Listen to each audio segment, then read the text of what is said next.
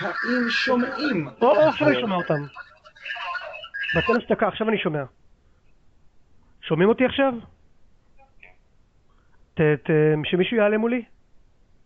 שומעים מעולה, שומעים מעולה. כן, וואלה, שומעים, סבבה. תודה. טוב, מתנצל על העיכוב, מתחילים את השיעור. כמו שאתם מבינים, התוכנה הזאת היא חדשה גם לנו, וזה מחיר ההתחדשות. אז ערב טוב לכולם. שיעור שלישי. מה שנעשה היום, כמה דברים. קודם כל אני אעבור על הדבר המקצועי האחרון שנשאר. זה הדוחות הכספיים והתפעוליים של החברה שאתם מקבלים לנהל. ואחרי זה אני אדבר על דברים טכניים. הדברים הטכניים שאני אדבר עליהם, אחד, אני אדבר על התעשייה שלנו. אנחנו תעשייה D. שלחתי לכולם שיבוץ, כבר סיבוב שני, לא אני, ארי קורמן שלח לכולם שיבוץ. סיבוב שני הוא כנראה קרוב לסופי, למרות שבגלל שאנחנו בתקופת שינויים ובסמסטר ב' אולי יהיה פה עוד שינוי. השינויים אם יהיו קטנים מאוד.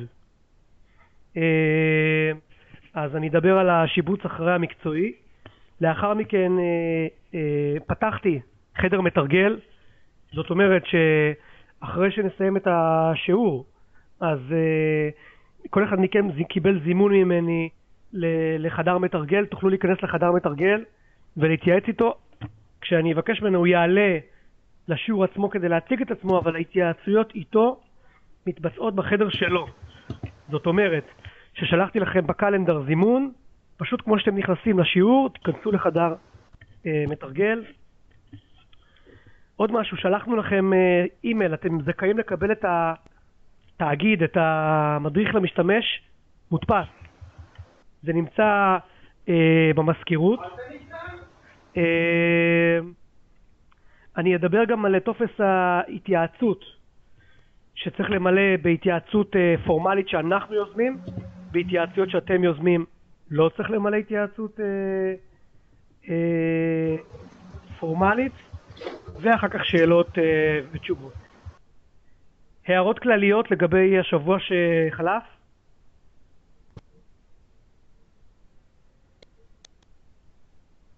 האם יש הערות כלליות? אוקיי, רק תשמיעו קול שאני ידע שאתם בחיים.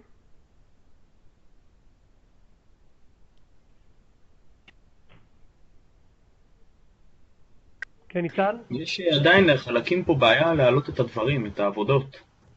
אוקיי, שנגיע לזמן, לקטע הטכני, אז נדבר על זה, בסדר? עוד הערות? אוקיי, אז אני מתחיל עם המקצועי. אני רוצה להציג בפניכם את המדריך. כמובן שההרצאות שלי מוקלטות, ועוד הערה לגבי ההקלטות, אנא תבינו, כל קובץ הקלטה הוא משהו כמו 300 מגה. זה קבצים אדירים, ולוקח לנו זמן להעלות את זה, והזמן הממוצע בינתיים עומד על יומיים 3. אז ההקלטה היא לא תחליף לשיעור, אני מדגיש. היא מה שנקרא לחירום. ואנחנו נעשה את כל המאמצים להעלות אותה כמה שיותר מהר, אבל עדיין, כיוון שהקובץ ענק, זה קושי טכני לא פשוט להעלות אותו. אז אנא יתעזרו בסבלנות. אוקיי, אני רוצה להעלות את המדריך.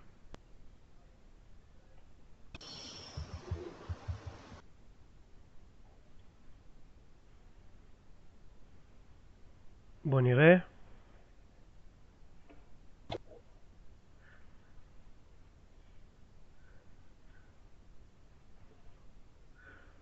רק שנייה אחת.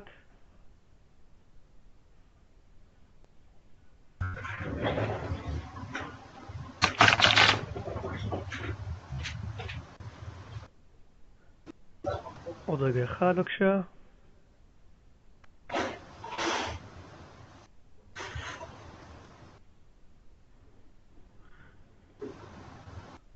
רציתי להעלות את המדריך.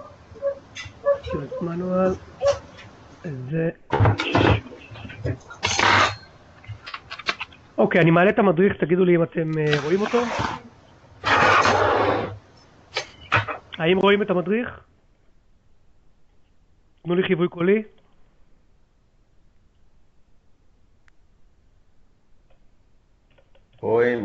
יופי. ככה. כמו שאתם זוכרים, יש תוכנת החלטות. בתוכנת ההחלטות צריך להזין 4 סוגי החלטות. החלטות לכל חטיבה, 3 חטיבות, ועוד החלטות ברמת התאגיד.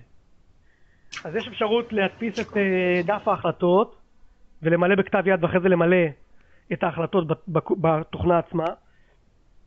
אפשרות שנייה, תראו, עשו לכם טפסי החלטות בתאגיד. תראו בעמוד 27, רואים?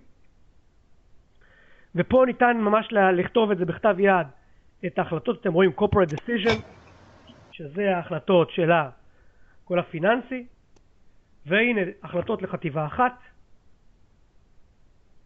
החלטות לחטיבה 2, 3 ו-4. אוקיי?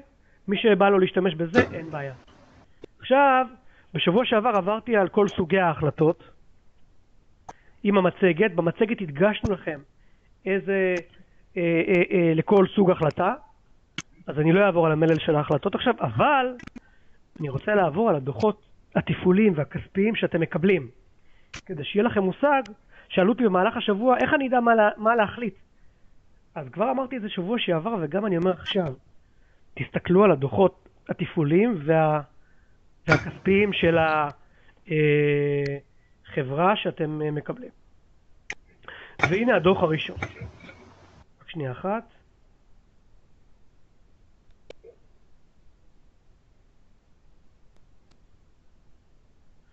רק שנייה אחת.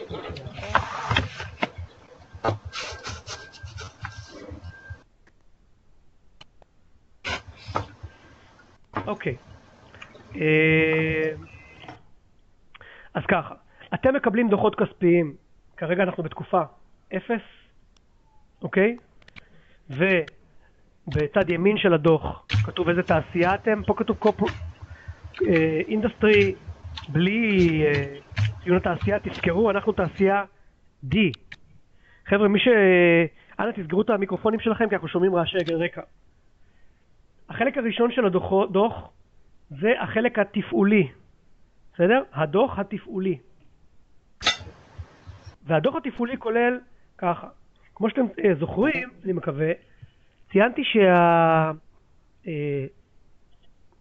החלק של הייצור, כל מכונה מייצרת מוצר אחד בתקופה. אז יש פה דוח על המכונות של החברה, שימו לב, beginning capacity לכל חטיבה, מה מספר המכונות שלה. למשל חטיבה 2, היתרת פתיחה של המכונות 4,700, והשורה השנייה זה כמה החברה הרחיבה, קנתה עוד מכונות בתקופת האפס, 300. כלומר, יכולת הייצור של חטיבה 2 למשל, ויש פה לכל חטיבה נתונים משלה, שימו לב חטיבה 4 ריקה, אתם מקבלים חברה עם חטיבה 4 ריקה. אז חטיבה 2 התחילה עם 4,700 ורכשה עוד 300 מכונות, יכולת הייצור שלה 5,000. במהלך התקופה היה פחת של 250, כלומר יתרת הסגירה של המכונות בחטיבה 2 עומדת על 4,750. 4,750. אוקיי? כך שמי שרוצה לדעת מה יתרת הפתיחה של המכונות בתקופה אחת, קרי התקופה שאנחנו הולכים עכשיו להזין, הרצת ניסוי, זוכרים השבוע הרצת ניסוי? חטיבה 2 מתחילה עם יתרת מכונות של 4,750. זאת אומרת שאם אנשי השיווק חושבים שחטיבה 2 יכולה למכור 6,000 מוצרים, זאת אומרת שצריך לעשות הרחבה של 1,250 מכונות. אוקיי? אני רוצה לדעת אם למישהו, וחבר'ה זה הבסיס, אם למישהו יש שאלות לגבי הקובייה האפורה הזאת שעכשיו ציינתי.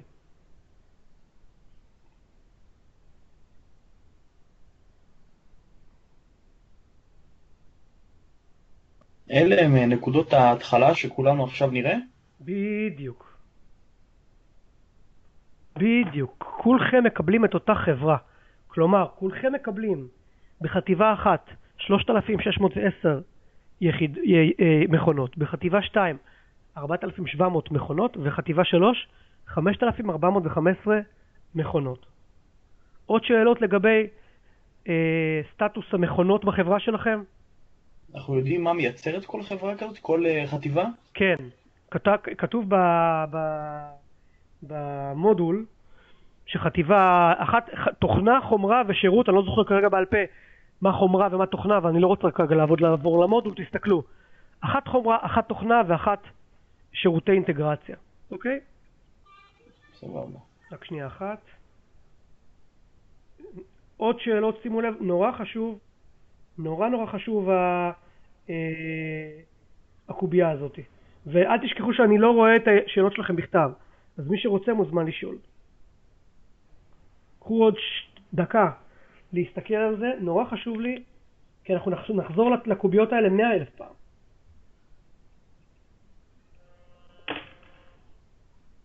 אוקיי?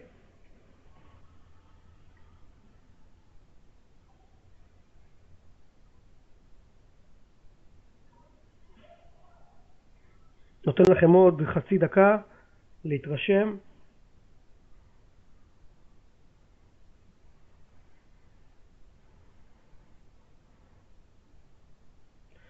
אוקיי, אני מתקדם. הקובייה השנייה, זאת הקובייה הזאת. Estimation of lost sales. זה בעצם מעיד על כך האם השוק רצה עוד מוצרים, אבל לא יכולתם לספק. אז תוך העניין, בכל החטיבות, היו מספיק מכונות לייצר, למכור את מה שהשוק רצה. אני קופץ רגע לדוח רווח והפסד. הנה, הוא מתחיל כאן. שימו לב. אני בכוונה אדגיש את estimation of lost sales. שימו לב, עשיתי בצהוב את estimation of lost sales, ובירוק אני מראה כמה נמכר בפועל. אז ככה, בחטיבה אחת, שימו לב, בירוק מכרו 3,488. יכולת הייצור הייתה, אני אעשה את זה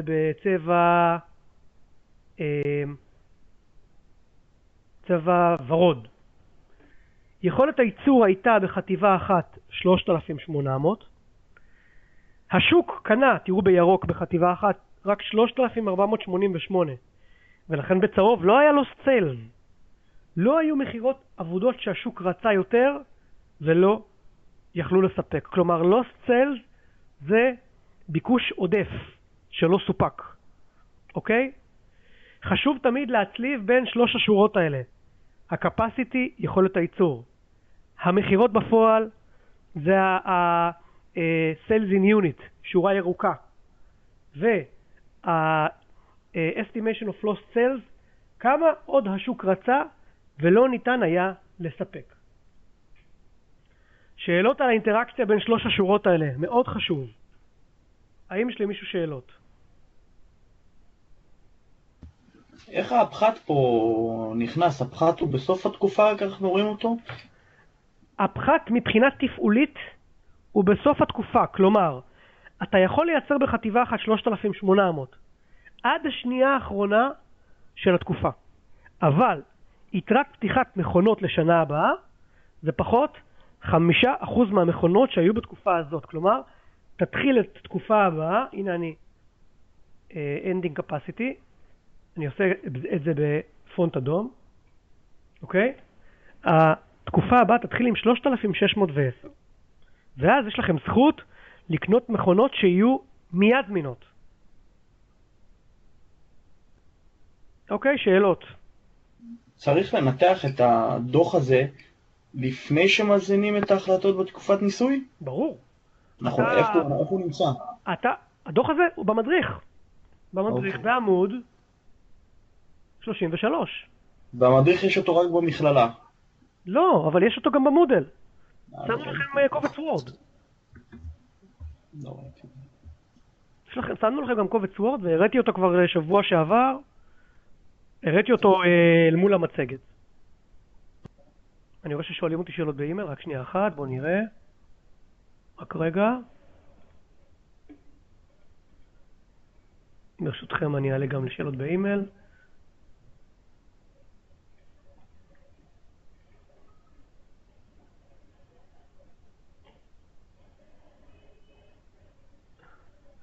רק שנייה אחת.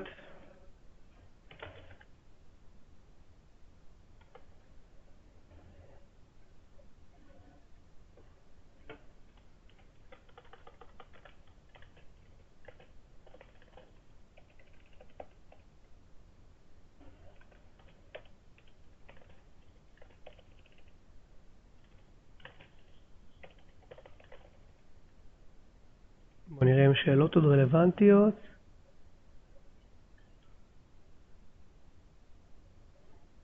רק רגע.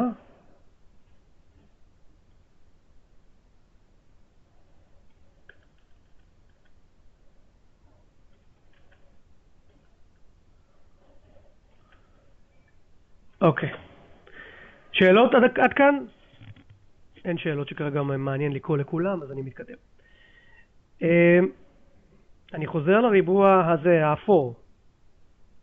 Defective goods. Defective goods, השורה האפורה שאני מציג כרגע, זה בעצם שיעור הפגומים שבחברה. אתם זוכרים שצריך להשקיע בשיפור שיטות? אז חשוב שתדעו בכל חטיבה מה אחוז Defective goods. ככל שאחוז Defective goods יותר גבוה, שיעור הפגומים, זה אומר שעלות המחיר תהיה יותר גדולה. אני ממליץ לכם להשוות את אחוז ה-defective goods עם אחוז ה-defective goods שבתעשייה. בסדר? אני אראה את זה, בואו נראה אם יש את זה בדוח הזה. רק שנייה אחת.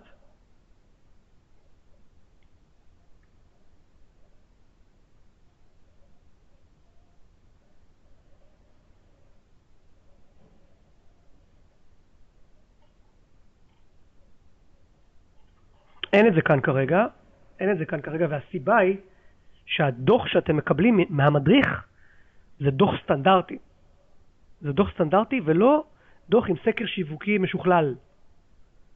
ולכן שבוע הבא, כשתקנו את הסקר השיווקי הכי יקר, אני אעבור גם עליו. אבל באופן עקרוני מה שאני ממליץ לאנשי התפעול לגבי ה-defective goods, להשתדל להיות תמיד בלבל של התעשייה.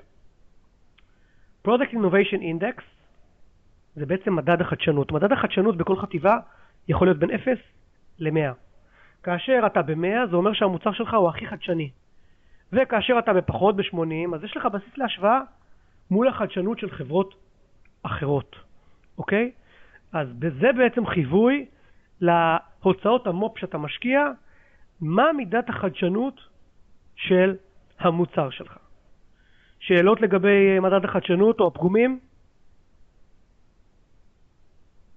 האם יש שאלות?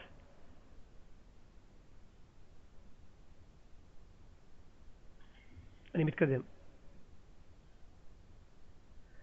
הנתונים הבאים, שבעצם הם אותו דבר, שימו לב לשורה הזאת, אעשה אותה באדום, ושימו לב לשורה הזאת, אני אעשה אותה בכתום, אוקיי? וביחד. כל חטיבה יכולה לייצא לשני אזורי ייצוא. אוקיי? ולאזורי הייצוא, אם אתם זוכרים מהשבוע הקודם, יש מספר. אזור 1, 2, 3, 4, 5 ו-6. אוקיי? וכאן בעצם מקבלים חיווי. אם החלטתם לייצא, אז בשורה הזאת, השלוש השורות הראשונות רלוונטיות לאזור הייצוא הראשון שהחטיבה מייצאת, ושלוש הבאות רלוונטיות לאזור הייצוא השני שהחברה מייצאת. אוקיי? אז אם החלטתם לפתוח אזור ייצוא לחטיבה 1 או 2 או 3, אתם תראו את זה כאן. השורה הראשונה מדברת על מהו מספר אזור הייצוא. כן? בינתיים החברה שאתם מקבלים לא מייצאת, ולכן יש לכם 0 בכל חטיבה. שימו לב, כל חטיבה הנתון שלה פה זה בטור. השורה השנייה, אחוז of domestic sales, מה האחוז מהמחירות הכלליות רלוונטי לאזור הייצוא? אוקיי? 20%, 30%. אז תדעו גם מה מידת הדומיננטיות שלכם בשוק. והשורה השלישית היא מתקציב השיווק, כמה החלטתם, מרקטינג נון דומסטיק, מתקציב השיווק, כמה החלטתם לייעד לאזור הייצוא? אוקיי? כמה החלטתם לייעד לאזור הייצוא? אני רוצה רגע, אוקיי, זה מספיק כרגע. בשבוע הבא אני שוב אעבור על הדוח הזה עם דוח של אחת החברות. כן, כיוון שאין פה כרגע ייצוא, אז קצת קשה לי ללמד. אבל כשתייצאו בשבוע הבא, נגיד, חטיבה אחת תייצא לשני אזורים, אחד אירופה ואחד ארצות הברית, אז בשלוש השורות האדומות יהיה נתונים לגבי אירופה, ובשלוש השורות השניות הכתומות יהיה נתונים לגבי ארצות הברית. ששוב, שורה ראשונה זה מה מספר אזורי ייצוא, שורה שנייה זה אחוז המחירות, ושורה שלישית זה מה תקציב השיווק לאזור הייצוא. שימו לב שצריך, הדבר הסביר הוא שאם אתה מחליט ש20% מתקציב השיווק הוא הולך לאזור הייצוא, צריך שלפחות בתוצאה שתקבלו אחר כך 20% מהמחירות של החברה הולך לאזור הייצוא. לא ייתכן שתייעדו 90% מתקציב השיווק, כן, הוצאת שיווק, זוכרים? לאזור ייצוא, אבל המחירות שם היו רק 5%. אוקיי? זה החיווי שהייתי מצפה לעשות לכל אזור ייצוא. שאלות לגבי הפרטים על הייצוא בדוח התפעולי. האם יש למישהו שאלות? אני בכוונה עובר לאט לאט כדי שתעכלו ותוכלו לשאול שאלות. גם שאלות שיכולות להיות רלוונטיות להחלטות שלכם, אם כמובן בא לכם לשתף את כלל הכיתה.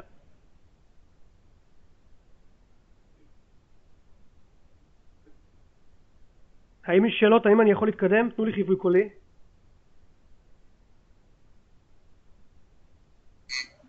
יש רק בעיה, אני לא מוצאים את זה במודל, את הדוח הזה, מצטער. כן? בואו נחפש ביחד. אני עוצר רגע את ההצגה פה, ואני בשמחה יראה.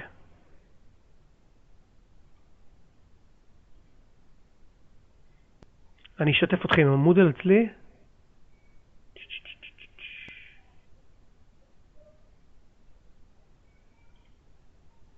רואים את המודל אצלי? כן. יופי. שנייה אחת. חומרי הקורס. מדריך למשתמש, רואים? כן. רואים? דאבל קליק. מניואל. והוא יוריד את זה. בסדר, הוא כבר שואל אותי אם לפתוח, אני לא... אין טעם שנפתח. בסדר, כולם ראו איפה המדריך? זה הבסיס של המשחק. האם כולם ראו איפה המדריך? האם בסדר? אל תתביישו לשאול עכשיו את השאלות הכי בסיסיות. אל תתביישו. בסדר, אני יכול להמשיך? כן. ממשיך. אוקיי. ריבוע האחרון בדוח התפעולי. 3 שורות. הראשון, numbers of sales/service representatives. מספר אנשי מחירות / אנשי שירות. אז שימו לב, בכל חטיבה יש, השמאלי זה איש מחירות והימני זה איש שירות.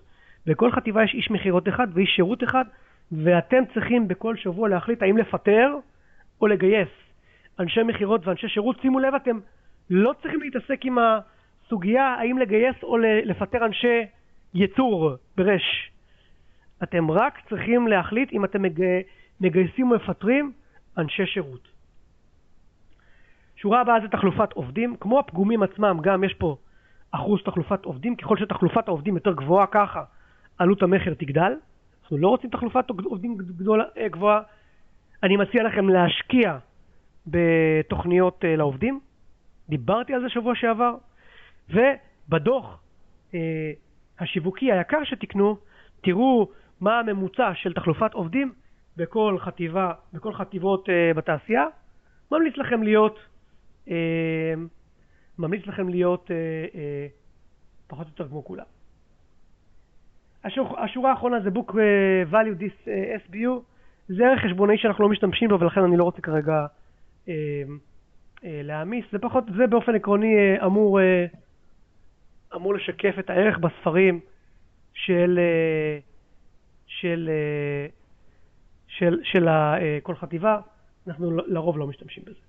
אוקיי, סיימתי לגבי הדוח התפעולי. הנה Operational Technology, Operation Management Data. האם למישהו יש איזושהי שאלה? אני בכוונה עושה את זה לאט. האם יש למישהו איזושהי שאלה לגבי הדוח התפעולי? אתה יכול לחזור רק על מה שאמרת שזה לא רלוונטי? לא הבנתי את החלק העליון. ערך חשבונאי. מה הערך בספרים של החטיבה? בסדר? זה לצורך מיקוח במחירת חטיבה. כבר אמרתי לכם, אל תיכנסו למחירת חטיבות. ולכן מבחינתי זה ערך חשבונאי שאני לא עזבו, אל תשתמשו. Consolidated הזה? סליחה? Consolidated income? לא, זה לא Consolidated income, זה book value. book value זה הערך הנכסי. בספרים של חטיבה 1 ו2 ו3. למי שרוצה הגדרה חשבונאית מדוקדקת. בסדר? אבל הקורס הזה אני לא מעניינתי כל כך ערכים חשבונאיים. עוד שאלות? אוקיי. אני אעבור לאימיילים רק לראות שמישהו שואל אותי שאלות שמעניינות את כולם, רק שנייה אחת.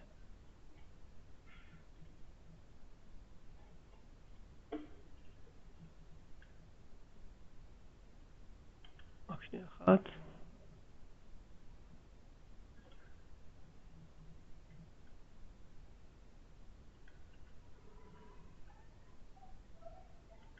אוקיי. אין שאלות כרגע שמעניינות את כולם, אז אני מתקדם.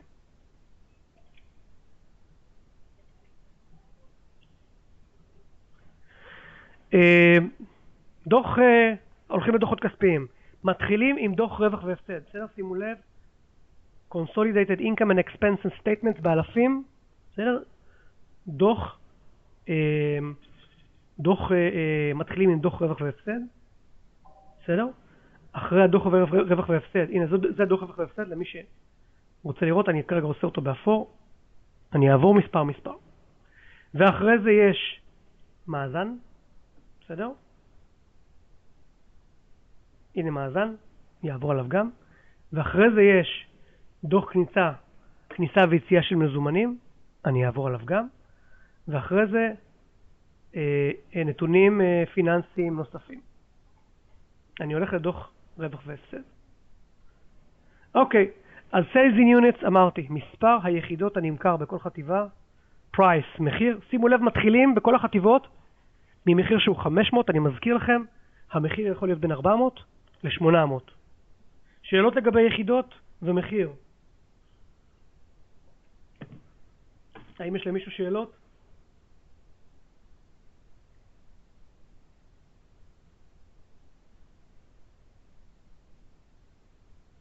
אני מתקדם.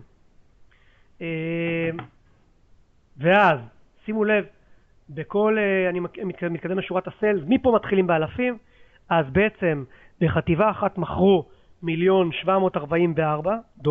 שזה בעצם 3,488 כפול 500. בחטיבה 3 מכרו 2,380,000, שזה בעצם 4,760 יחידות כפול $500 ליחידה. אוקיי? אז זה שורת הסיילס, וזה שורת עלות המחר, בסדר? שימו לב שכרגע מתחילים כאשר עלות המחר היא 50% מהסיילס. צריכות להידלק לכם הנורות האדומות כשעלות המחר עולה בצורה לא סבירה מעל 50% מהסיילס. הנה עוד טיפ לבקרה. מה צריך לעשות? איפה אתה רואה את ה-50%? תיקח את עלות המחר 872, עלות המחר בחטיבה אחת היא 872,000, חלק את זה בסיילס.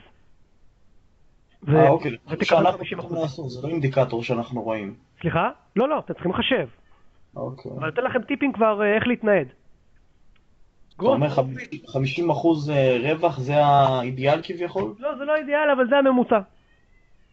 אתם צריכים לשאוף לפחות, אבל אם זה נהיה יותר, אז יש פה כבר נורות אדומות. צריך להשקיע בתפעול. אוקיי? ממליץ לכם בהרצת ניסוי, לשחק ולראות איזה הוצאות משפיעות על זה. אוקיי? אולי הן לא משפיעות. אולי הן כן משפיעות. בסדר? אוקיי, אני מתקדם. הוצאות שיווק. הוצאות שיווק, שימו לב, אתם מחליטים מה תהיה הוצאת השיווק. שימו לב, אתם מקבלים חברה שהוצאת השיווק בכל חטיבה היא $125,000. שימו לב, אגב, בצד ימין יש טור מסכם, אתם רואים, הוצאת השיווק הכוללת היא $375,000. אני הייתי, ותראו את זה בתקופה הבאה, כרגע אתם בעצם יודעים מהי הוצאת השיווק אצל כולם, כי אתם מקבלים את אותה חברה, אבל אני הייתי בודק כל תקופה. מה ממוצע השיווק? הוצאת השיווק אצל כולם, תקנו את הדוח היקר. אני אומר את זה 20 פעם, ואני אגיד את זה עוד פעם. Operation Technologies, עוד הוצאה שאתם מחליטים, ומופ, New Product and Research, עוד הוצאה שאתם מחליטים, משפיע כמובן על המחירות, ומשפיע על ה-Product Innovation Index, זוכרים? זוכרים את זה? איפה הוא? זוכרים את ה-Product Innovation Index? אז המופ, הוצאת המופ, משפיעה על זה. שימו לב, בחטיבה אחת הוצאת המופ היא $65,000, וב-2 $90,000, וב-3 $105,000. אוקיי? אז יש לכם נקודת פתיחה. Quality Program, דיברתי על זה, אתם מקבלים חברה שלא משקיעה ב-Quality Program. הוצאות שכר של אנשי שיווק ומחירות, אז איש שיווק עולה $30,000 לתקופה, ואיש מחירות, איש מחירות עולה $30,000, ואיש שירות עולה $25,000.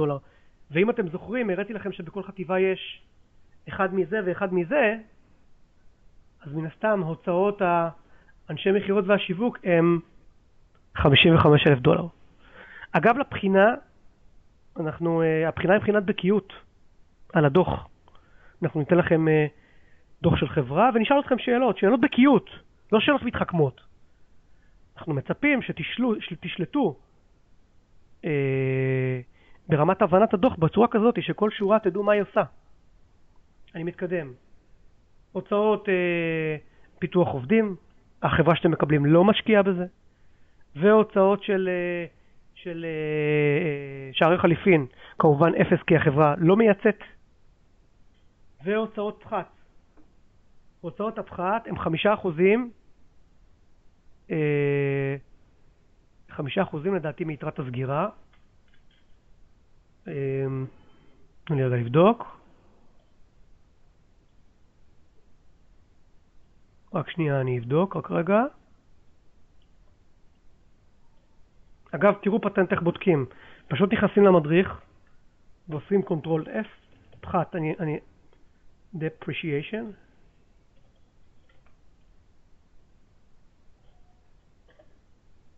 אוקיי? אני פשוט אלך ואחפש את הטקסט לגבי הפחת במדריך.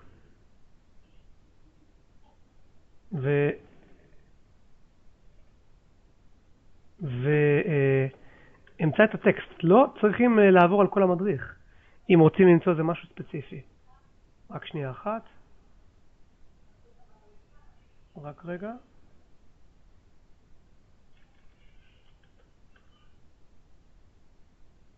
הנה, פחת 5% לתקופה. אני רק רוצה לראות רגע. depreciation. יש לכם פה, הנה, רק רגע. פחת, דוגמה לפחת על היחידות. רגע.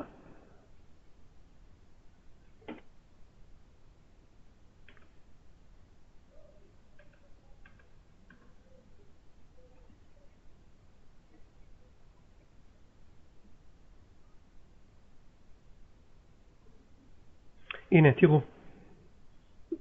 לא זכרתי איך מתנהג מנגנון הפחת, אבל בקונטרול F מצאתי אותו. Depreciation is calculated at 5% of capacity this period. אוקיי? אז אתה משלם 5% על השווי של המכונות שלך. אני חוזר לדוח, לדוח שלנו. ולכל הוצאה פה יש דוגמה מספרית, אגב המדריך. אז אני חוזר לדוח שלנו. אז איך ישבו את ה-190? פשוט, הוצאת פחת היא $30,000, 3,800, 3,800,000 כפול 0.05, זה הוצאת הפחת. שימו לב שלא תבלבלו, בדוח התפעולי ה-190 זה כמה מכונות לא שמישות לתקופה הבאה. ופה זה פחת של $190,000. כפי שהסברתי איך לחשב. ופה נמצאת אחת הדילמות העיקריות. אם איש השיווק חושב שהוא הולכים למכור 5,000, אז צריך 5,000 מכונות, ובסוף מנצלים רק 4,000 מכונות. עדיין חוטפים הוצאת פחת על 5,000 מכונות ולא על 4,000 מכונות. וזו הוצאה אדירה. שימו לב,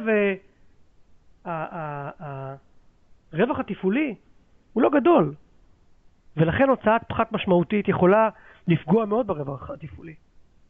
אז אנא, חשבו את דרככם בצורה טובה, ותשתדלו לעשות עבודה טובה ולקלוע בכמה החברה תשתמש במכונות. אל תשמרו מכונות סתם. שאלות לגבי הפחת. האם יש למישהו שאלות לגבי הפחת? זה תקופתי? כן, הפחת הוא לתקופה. תקופה, אני מזכיר לכם, היא לחצי שנה, ואצלנו זה כל שבוע. עוד שאלות? אוקיי. השורה האחרונה בדוח התפעולי של כל חטיבה, זה התקורה. overhead. כאשר התקורה היא בעצם, יש טבלה, כמה התקורה כבסיס מיתרת הסגירה של היחידות. ושוב, אני חוזר על השיטה של איך אני מוצא את התקורה. אגב, לא אמרתי לכם במדריך, הדף השלישי, תקציר, שימו לב, quick reference guide, שבו ממש יש לכם שורה על כל הוצאה. כל המדריך בעמוד אחד, בסדר? מי ששאל אותי מקודם, הנה למשל, חטיבה 1 תוכנה, חטיבה 2 תוכנה, חטיבה 1 חומרה, חטיבה 2 תוכנה, וחטיבה 3 סיסטם קמפני, זה חטיבת שירותים, והנה אזורי ייצוא, בסדר? ועכשיו אני חוזר לתקורה, ואני מחפש את ה-overhead, והנה ראיתם, הקפיצתי ישר לפרק של ה-overhead, ובעצם, איך מתנהגת התקורה? עמית? כן, בבקשה, מישהו רוצה לשאול שאלה? אתה יודע שהיה איזה כמעט 15 סטודנטים בקובץ, בחדר אחר של לינק, ולא היינו חלק מהשיעור הזה בכלל? אני יודע, אני שלחתי את זה לשעת התרגול בלבד, והייתם אמורים להיכנס לשיעור. הכותרת של השיעור זה 1, 2, 3. שבוע שעבר נכנסנו ללינק ששלחת 10 דקות לפני השיעור, אז גם הפעם עשינו את זה, חשבנו שזה מה שהתכוונת. יש כרגע שני לינקים, אחד זה של השיעור ואחד של התרגול. פתחתי את התרגול לתחילת השיעור. זה מיועד רק אחרי השיעור. אז אני אתן ככה ממש בתקציר למי שנכנס. אתם תוכלו לשמוע את ההקלטה אחר כך. בתקציר למי שנכנס, אני כרגע עובר על הדוח התפעולי והדוח רווח והפסד.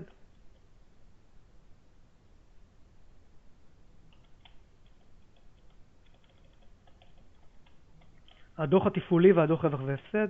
הדוח התפעולי מתחיל בעמוד 33, אוקיי? בדוח התפעולי יש, חלק התפעולי מדבר על יחידות הייצור, הנה זה באפור, ואחרי זה מדבר על אזורי הייצוא ועודף ביקוש, ואחרי זה מדבר על העובדים, ואחרי זה התחלתי עם הדוח רווח והפסד, הנה הוא מתחיל מכאן.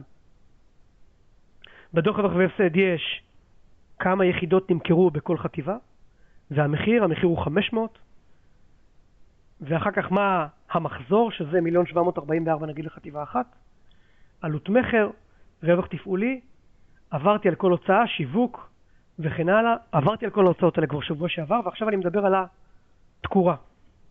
אני נמצא בהוצאות התקורה, והתחלתי להסביר בכל חטיבה איך נקבע מנגנון הוצאות התקורה. אוקיי, אז אני הולך למקום שבו מדברים על הוצאות התקורה. אגב, אמרתי עוד משהו, זה שהדף השלישי במדריך הוא דף תקציר של כל ההחלטות בעמוד אחד. בסדר? Quick Reference Guide, סיכום של כל המדריך בעמוד אחד. ועכשיו אני הולך ממשיך עם התקורה. אז נגיד שאני לא יודע איפה זה במדריך, אני פשוט עושה קונטרול F. המדריך בכוונה בוורד. אוקיי? אני הולך רק שנייה אחת.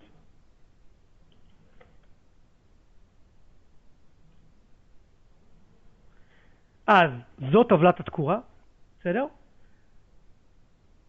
זו טבלת התקורה. הטבלה אומרת ככה, אם יתרת הסגירה של המכונות, שימו לב, לא יתרת הפתיחה ולא היתרה שאתה מייצר, יתרת הסגירה של המכונות שלך זה בין 0 ל-5,000, אז הוצאות התקורה שלך זה $200,000. אם היתרת סגירה של התקורה היא בין 5,000 ל-6,000, אז הוצאות התקורה שלך $295,000, וכן הלאה וכן הלאה וכן הלאה. ואתה איש התפעול בתור מתכנן, אני ממליץ לך תמיד שהיתרת סגירה שלך, הרי אתה שולט ביתרת סגירת מכונות, תהיה בגבול העליון של השורה שבה אתה נמצא. זה בזבוז למשל, זה בזבוז שיתרת הסגירה תהיה 5,020, כי בעצם בשביל 20 אתם מבזבזים $95,000, וראיתם כמה רווחים של כל חטיבה. $95,000 רווח, השפעה על רווח תפעולי של חטיבה זה המון. לכן בעניין הוצאות התקורה אנא תהיו מחושבים, ונכון שתרצו למכור, אבל אם אתם רואים לפי דרישת אנשי שיווק, איש השיווק רוצה שתעמיד לו 5,050 מכונות, זה לא שווה. תעמיד לו מכונות שיביאו ליתרת סגירת מכונות בסוף התקופה של 4,999, כדי לא לחטוף את המדרגה הבאה של התקורה. שאלות לגבי התקורה, זה קטע חשוב מאוד. האם יש שאלות לגבי התקורה?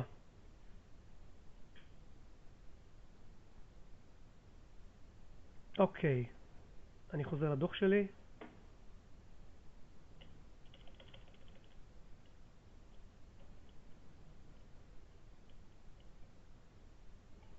אוקיי, הייתי כאן. רואים, זה שורה האחרונה, התקורה. אז למשל, תראו שיתרת הסגירה שתראו בוורוד, יתרת הסגירה של חטיבה אחת היא אני מגדיל את זה כרגע. לא, זה לא הולך לי. זה מהווה את התמונה. אני אצבע את זה ורקע צהוב. שימו לב, ה-ending capacity האדום על רקע של צהוב. בחטיבה אחת 3,610, זה בין 0 ל-5,000, ולכן תקורה של 200.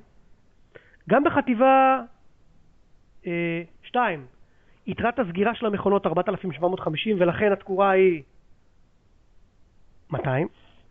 אבל יתרת הסגירה של המכונות בחטיבה 3 היא 5,415, ולכן התקורה היא כבר תקורה של 295, שזה תקורה של 5,000 עד 6,000 יחידות. שאלות לגבי התקורה, נורא חשוב. האם למישהו שאלות לגבי התקורה? לא, אתה צריך לחזור על זה קצת, לא הבנתי. בעיה. קודם כל, תקורה זה הוצאה כללית בכל חטיבה. בסדר? רואים שבחטיבה אחת יש תקורה של 200, חטיבה 2 תקורה של 200, וחטיבה 3 תקורה של 295? כן. שים את התקורה הזאת, יש טבלה. הטבלה אומרת, נחזור לטבלה של התקורה. אתם רואים, ההתייחסות לתקורה היא בעמוד 15. יש טבלת תקורה, תראו, בין 0 ל-5,000, תקורה 200, בין 5,000 ל-6,000, תקורה 295, בין 6,000 ל-7,000, תקורה 385. אוקיי, רואים את הטבלה? רואים טבלה? תנו לי חיווי. כן, הטבלה רואים. מה זה אומר אבל 6,000, 7,000? עכשיו כמה יחידות? הצד השמאלי של הטבלה זה מספר היחידות, מספר המכונות במלאי סגירה. תראו, כתוב כאן, ending capacity in units. כלומר, התקורה תלויה במספר המכונות בסוף התקופה. אוקיי? אז אנחנו נוכל לחזות את זה בעצם, על ידי שנדע את מספר המכונות? בוודאי, איזה שאלה. תראו את, אני חוזר רגע, אני אעשה אולי פיצול עמוד, במקום כל שנייה לקפוץ קדימה ואחורה, רק שנייה אחת. נראה אם זה אפשרי פה. לא, רגע.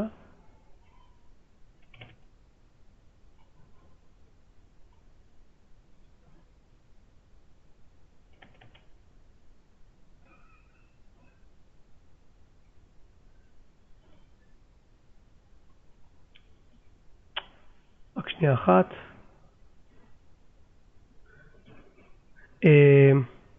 טוב, אני לא מצליח לפצל את העמוד.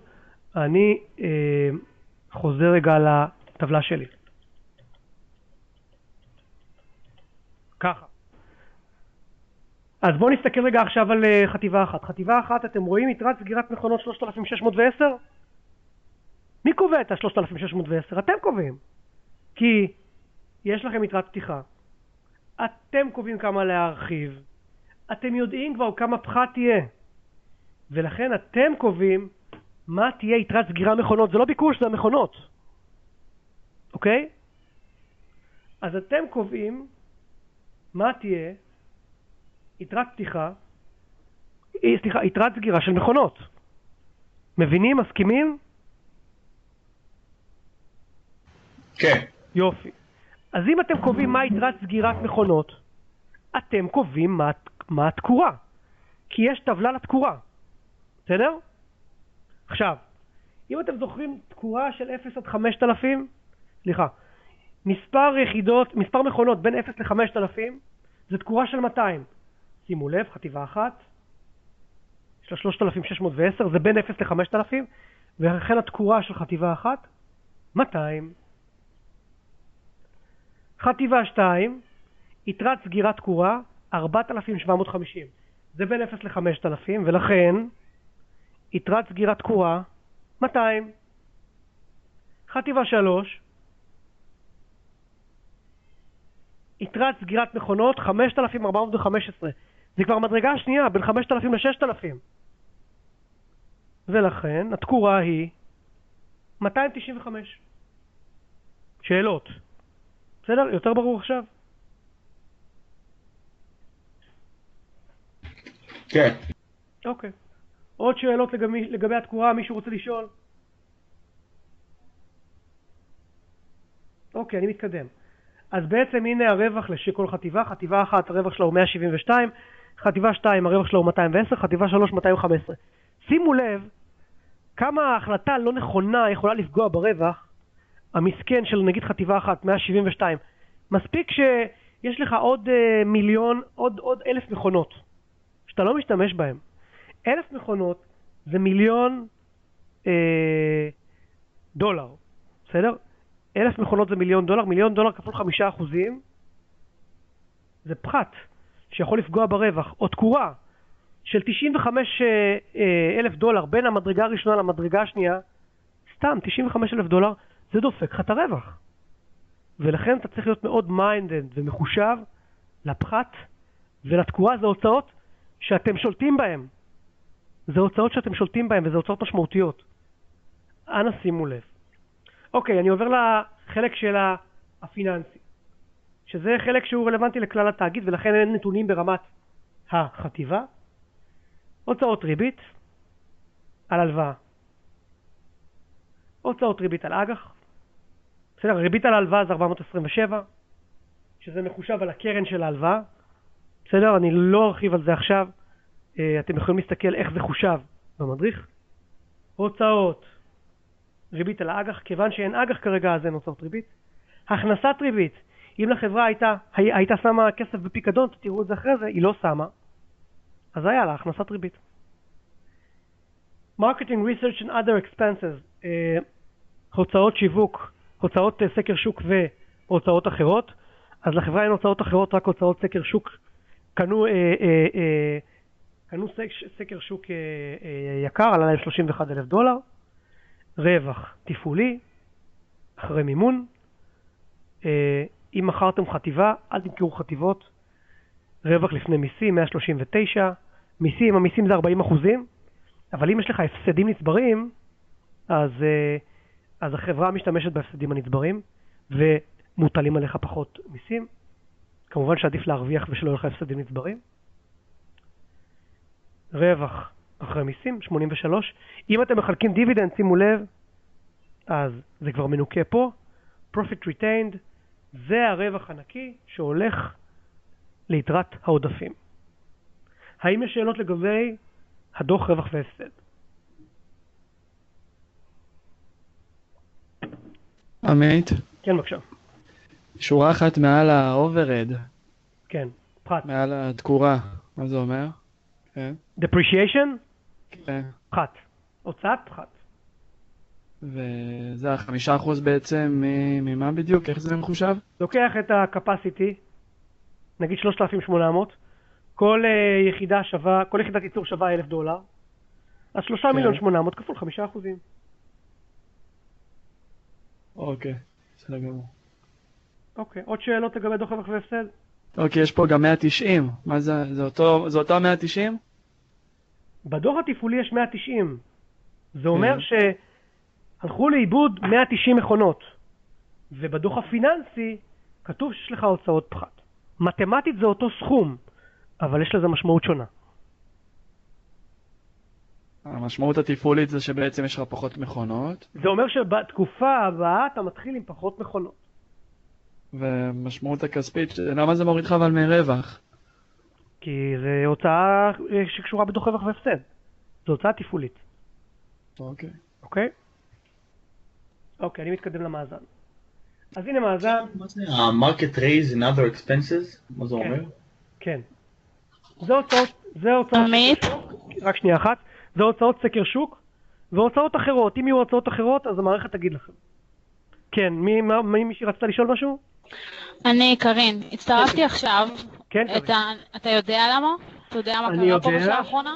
אני יודע שחלק מהסטודנטים הלכו בטעות לחדר של המתרגל. בטעות כי שלחתם לנו לינק בטעות, כן. לא החלפנו. אני יצרתי 2 חדרים, חדר להרצאה וחדר לתרגול שיהיה קבוע. אז בטעות כנראה הלכתם לחדר של התרגול, מצטער שהייתה טעות. חדר התרגול יהיה פתוח כל הסמסטר. אבל... אז מה, כאילו מה אנחנו... מה טוב, זה? נמשיך, אנחנו פשוט נהיה בפיגור, יאללה, סבבה. לא תהיו בפיגור, תשמעו את ההקלטה והכל יהיה בסדר. אני כרגע במאזן.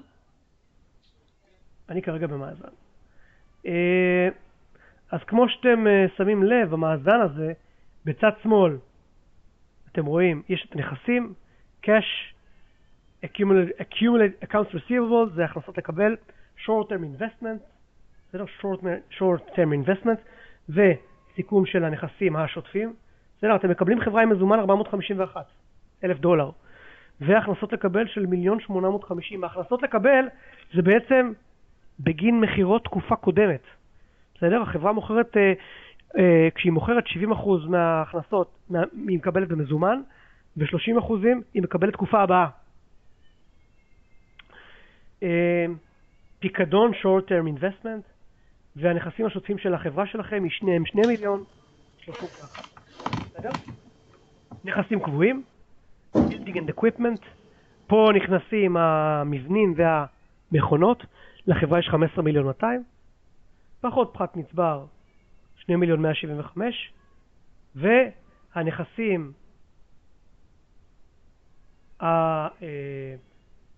נכסים רכוש קבוע 13,025,000. סך הכל נכסים בצד הנכסים 15,326,000. שאלות לגבי צד הנכסים, נכסים שוטפים ונכסים לטווח ארוך. מה עושים עם כל הנכסים האלה? מה ההשפעות של זה? ההשפעות הן, אתה למשל עם הקש ו-accounts receivable, הכנסות לקבל, אתה תבנה את הדוח כניסה ויציאה של מזומנים לתקופה הבאה. אוקיי? זה למשל. ותכף נדבר על צד התחייבויות, תוכל לחשב את תוצאות הריבית שמופיעות לך בדוח רווח והפסד, ובשיעורים מאוחרים יותר אני אדבר על יחסים פיננסיים בין דוח רווח והפסד לבין מאזן וכן הלאה. אני בצד של ההתחייבויות. שימו לב, account payable, התחייבויות לשלם.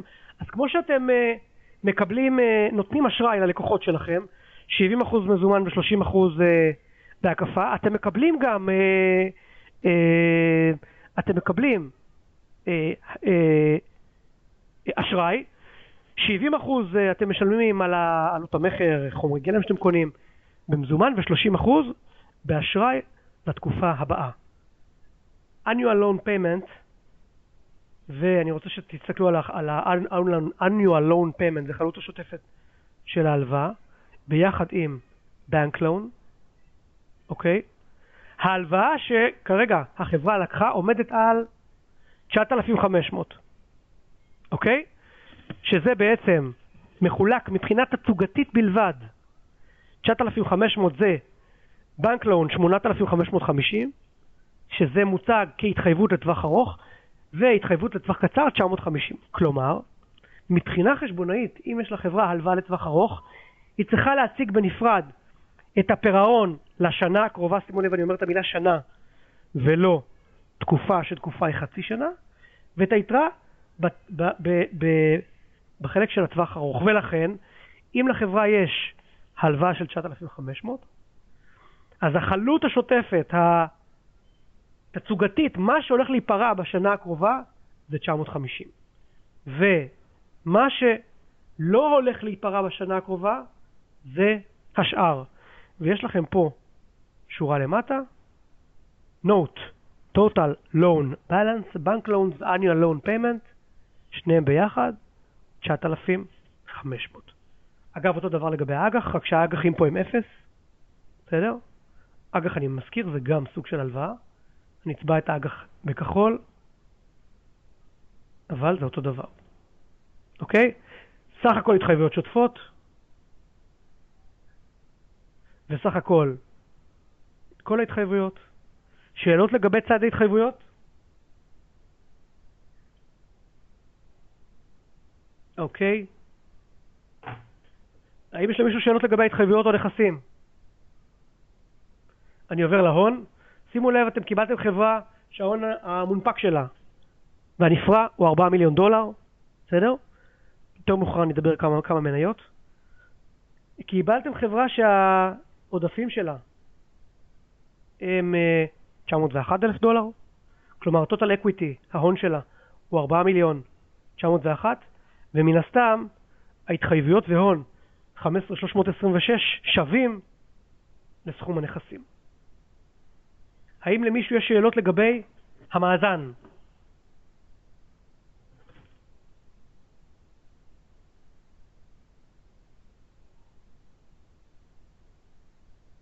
אוקיי. אני עובר, תנו לי רק חיווי קולי שהכל בסדר. יש למישהו שאלות לגבי המאזן?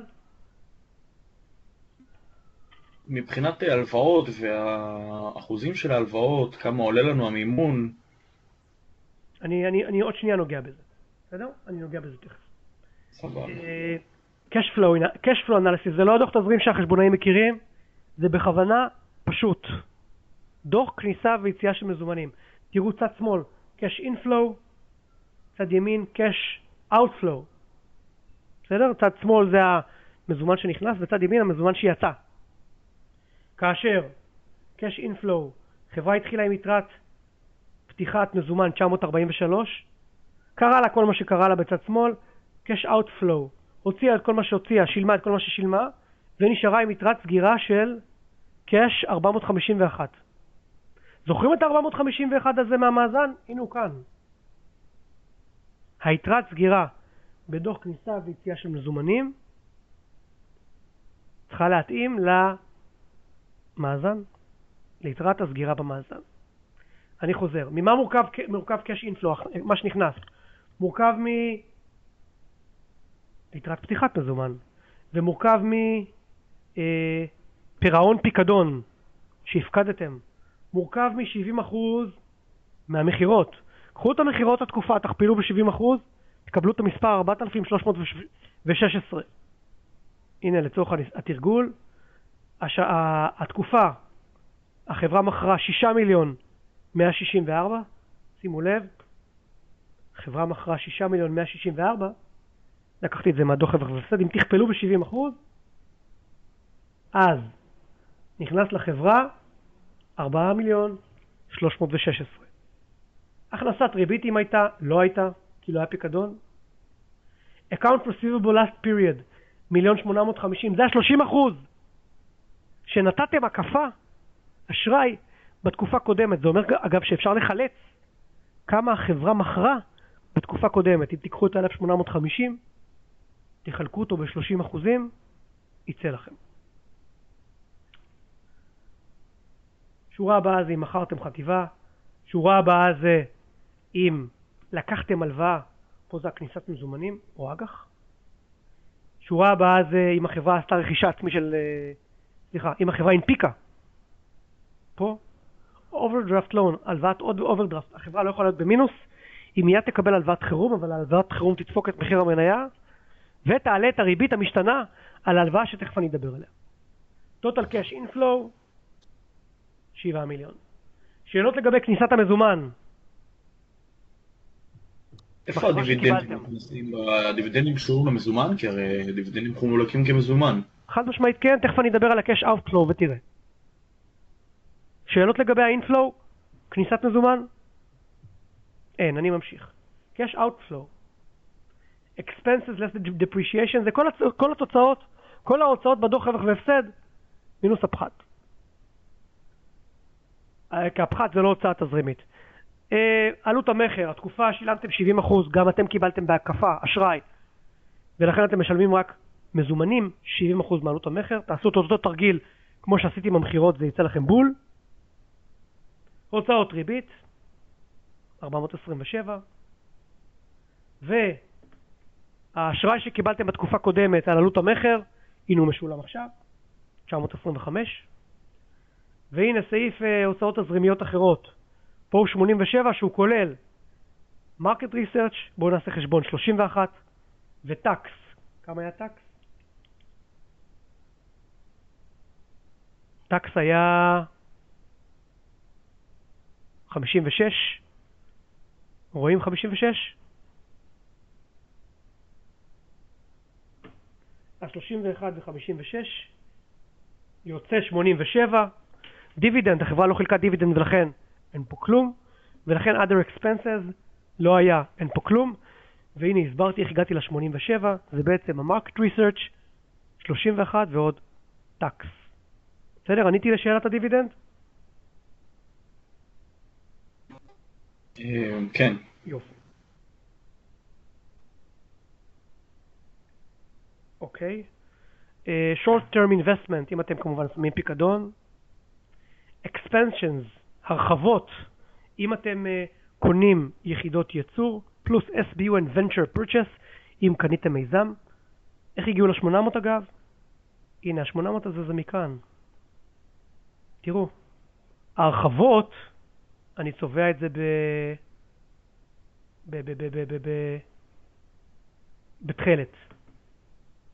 אתם רואים, בחטיבה אחת הרחבנו, קנינו 200 מכונות, חטיבה 2 300 מכונות, וחטיבה 3 300 מכונות, סך הכל 800 מכונות, שכל מכונה עולה $1,000, ולכן הוצאנו, שילמנו $800,000, והנה זה מופיע כאן. פירעון קרן הלוואה או אג"ח, 500, תראו במדריך את המנגנון, אני כרגע לא רוצה להכביר מילים. חברה פרעה, $500,000. ואנא אל תשתקו את החברה, והמטרה של המשחק היא לא לפרוע הלוואות. בסדר? זה... לפעמים אני רואה את זה. המטרה של החברה היא להרוויח.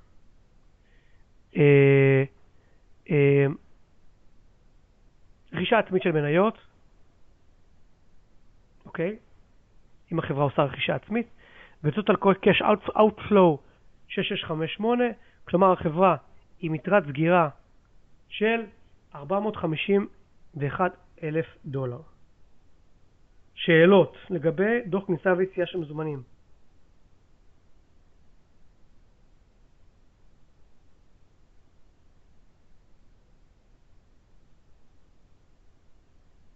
יש לי שאלה. כן, בבקשה. אחרי כל תקופה, כלומר כל שבוע, אנחנו נקבל דוח שלם כזה, גם את התזרים מזומנים, מאזן, כל הדברים האלה מחדש בהתאם לפעולות שעשינו?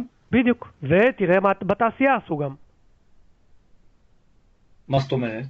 אני תכף אגיע לסקר השיווקי. אבל כן, פה אתה רואה את כל הנתונים על עצמכם, כמו כל חברה שיש לה דוחות כספיים. איך אנחנו נקבל את זה? אתה תמשוך את זה מהבקר. בסדר? אתה תמשוך את זה מהבקר. אני אסביר את זה. בסדר? לא. אוקיי. הלאה. אוקיי, מידע פיננסי אחר. מחיר המניה שלכם 625, מאוד מאוד חשוב. הניקוד במשחק הזה נקבע לרוב על פי מחיר המניה. תשוו את מחיר המניה שלכם כל תקופה לאחרים ולעצמכם בתקופה הקודמת. מניות, אתם זוכרים שהאקוויטי, ההון של החברה היה $4 מיליון, יש לכם 800,000 מניות, זה אומר שכל מניה הונפקה במחיר של $5 למניה. עמית? כן, בבקשה. לגבי המחיר של המניה. כן. עדיף לנו לחלק דיבידנד בשביל, כאילו, כדי... מה המשמעות של דיבידנד על המחיר של המניה פה מבחינה של הבקר? זה שאלת $1 מיליון, מה משפיע על מחיר המניה? אנחנו גם לא יודעים את זה באמיתי, בעולם האמיתי לא יודעים את זה מדויק, אבל אנחנו יודעים שהרווח משפיע... אבל בעולם האמיתי יודעים שאם יחולק דיבידנד אז המחיר המניה יושפע, ואם לא מחולק בכלל אז מחיר המניה יושפע. איך אנחנו לוקחים את זה בחשבון? אתם תנסו ותראו. תנסו ותראו. יש שוק שמגיב ככה ושוק שמגיב אחרת, וזה אחד הפרמטרים שתצטרכו לגלות. ועוד פרמטר שמשפיע על מחיר המניה זה הרווח. הרווח למניה. book value of stock, מחיר בספרים, המספר הזה פחות מעניין. prime rate, זה הריבית הבסיסית על ההלוואות. ועל ההלוואה שלכם בחברה שילמתם 9%, הריבית הפריים הייתה 8, פריים פלוס 1 שילמתם, אתם מקבלים חברה לא מסוכנת. אבל אם תיכנסו לריבית, להלוואות אוברדרפט, אז המרווח יעלה. זה הכנס על התנהגות תזרימית לא נכונה. זה הלוואות, זה האחוז שאנחנו מקבלים? זה הריבית שאתם משלמים על ההלוואות שלכם. והריבית הזאת תשתנה ככל שהחברה תהיה יותר ממונפת ויותר מסוכנת. היא תהיה יותר גבוהה. יש פה ריבית של אג"ח שאנחנו נותנים או שאנחנו לא מתעסקים מאג"ח עכשיו? הריבית של האג"ח היא 10% קבוע.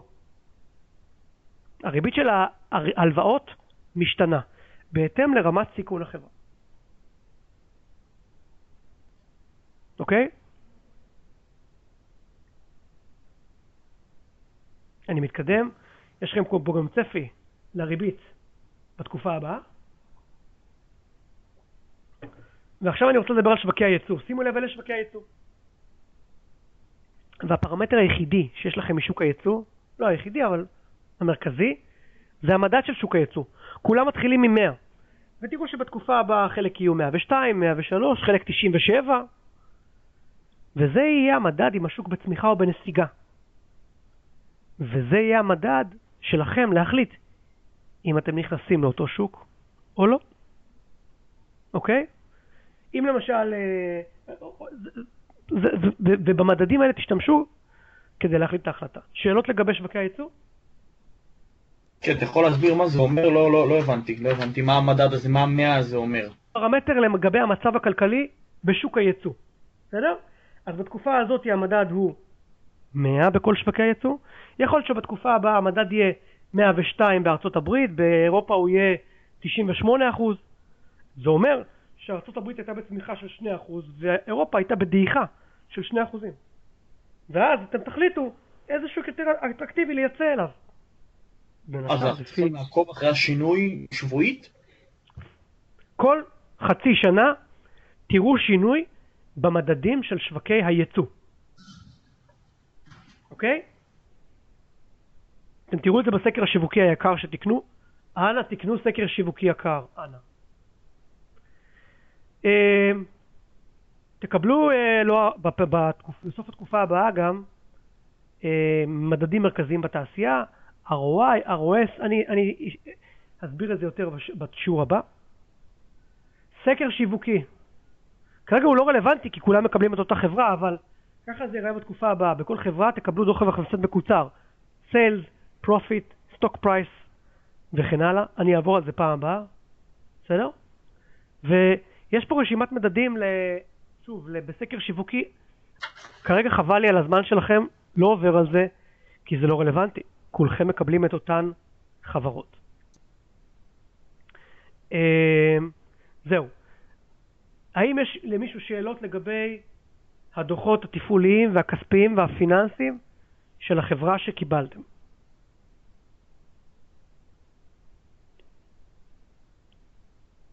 אוקיי. אם אין שאלות, אני רוצה רגע לעבור לרשימת דברים טכניים, ואז אני אתן למתרגל לעלות, הוא יגיד מה שיש לו להגיד, ואחרי זה מי שירצה להתייעץ איתו יעבור לחדר של המתרגל. החדר נשאר קבוע כל התקופה, כלומר אתם יכולים לקבוע עם המתרגל ביום אחר, אם הוא מסכים כמובן, הוא לא חייב, וכן הלאה. ואני אדבר על עוד דברים טכניים. הדבר הבא שאני רוצה לדבר עליו זה, טוב, מה עושים עכשיו? מה עושים עכשיו זה, חילקתי אתכם לקבוצות, יש שיבוץ, כל חברה אנשים צריכים להכיר ולדבר אחד עם השני, וצריכים לשדר לבקר קובץ החלטות אחד. קובץ ההחלטות אני מבקש לקבל אותו היום. לבקר היום, שבוע אחרי השיעור, או אני לא אגמור את השיעור בשעה 8:30, בטח אני אדבר עוד 10 דקות, רבע שעה וזהו.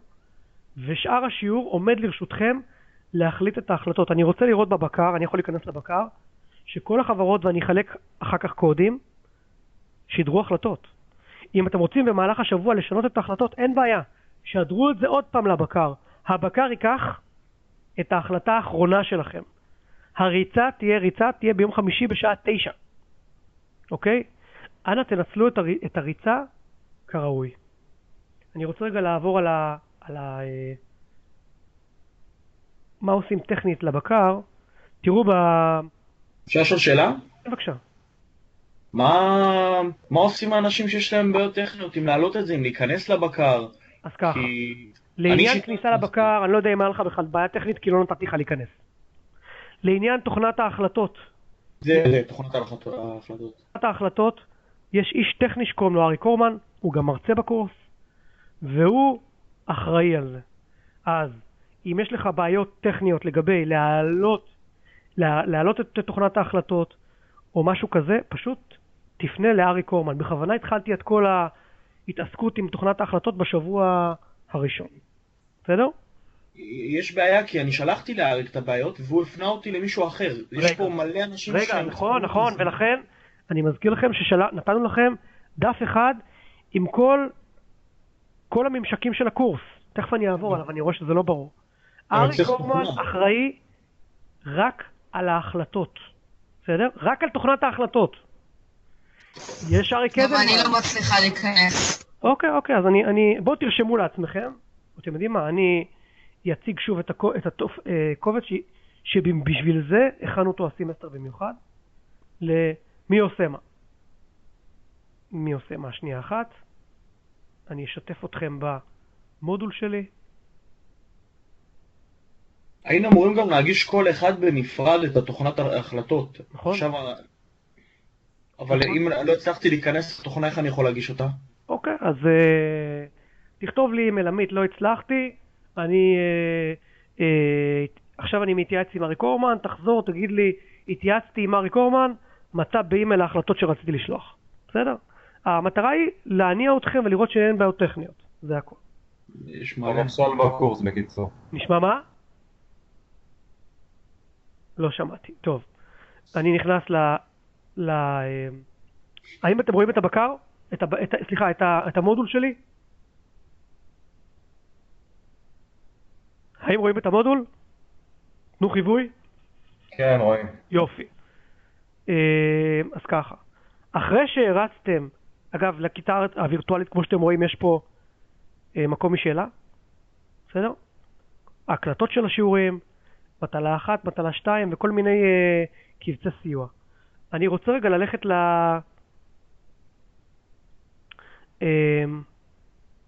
רק שנייה אחת.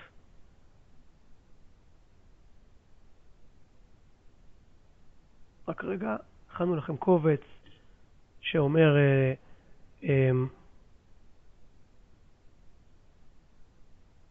שמדבר על כל ממשקים, רק שנייה אחת.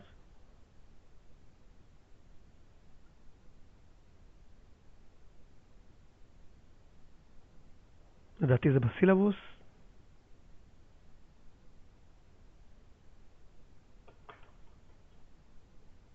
לא. רק שנייה אחת.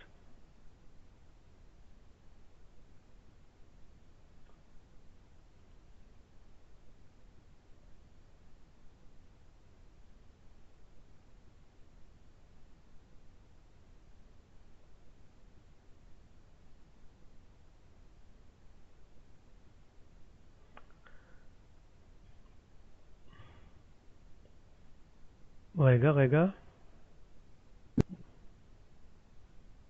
אריק קורמן שלח לי הודעה שהוא לא מסייע בדברים טכניים. לא, חכה רגע, אני אעשה סדר שנייה אחת. אז... רק שנייה, אני אעשה סדר, רק שנייה אחת, תן לי רק לראות איפה הטופס הזה, אמיר, רק שנייה, דקה אחת. תהיה. רק שנייה אחת, סילבוסים. רק שנייה אחת. אוקיי. ובשביל להגיש את זה צריך סיסמה, לא? עדיין לא נכון, קיבלנו. אני גם מטפל תכף בסיסמאות. רק שנייה אחת, דבר. רק שנייה אחת, אני רק רוצה לראות איפה הוא שם את זה.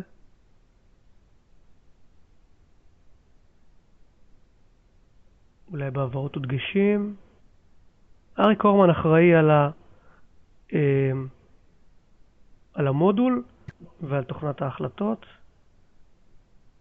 אני רק מחפש את הקובץ שהכנו לכם. רק רגע אחד.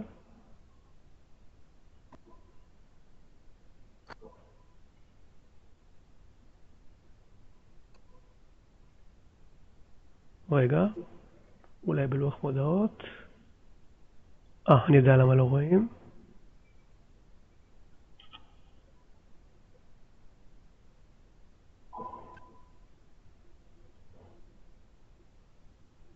אוקיי. אני רוצה רגע להציג, אני אציג את זה במחשב שלי. אחר כך אני אבדוק איפה אריק קורמן שם את זה במודול. רק שנייה אחת. פשוט לא רוצה כרגע לבזבז את הזמן של הכיתה.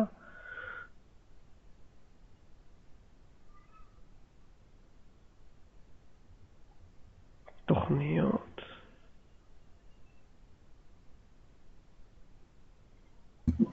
אוקיי. אני אומר עליי כי פניתי אליו, הוא אמר לי שהוא מנחה את העשייה של כיתה רגילה והוא לא בקיא ברזי התוכנה. אז ככה. בואו נעשה סקירה עוד פעם על איזה תוכנות יש. בסדר? ומי אחראי על מה ותכתבו. מפגשי ייעוץ יש את תוכנת ההתחברות. בסדר? תוכנת ההתחברות זה התוכנה שאנחנו מדברים באמצעותה עכשיו. בסדר? ופה עשינו לכם את הרשימה, לדעתי זה לדעתי בסילבוס. זה לדעתי בסילבוס שלכם, אני אסתכל על עוד פעם ניסיון אחרון לפני שאני פשוט לא רוצה סתם לבזבז לכם את הזמן. סילבוס. אולי תוכל לשלוח אימייל או להעלות את זה מסודר שנוכל לדעת לגבי כל דבר, למי לפנות ומה האימייל שלו. לא צריך את זה, ותכף אני אסביר למה. רק שנייה אחת, אני רק רוצה לראות איפה אריק שם את הטופס הזה.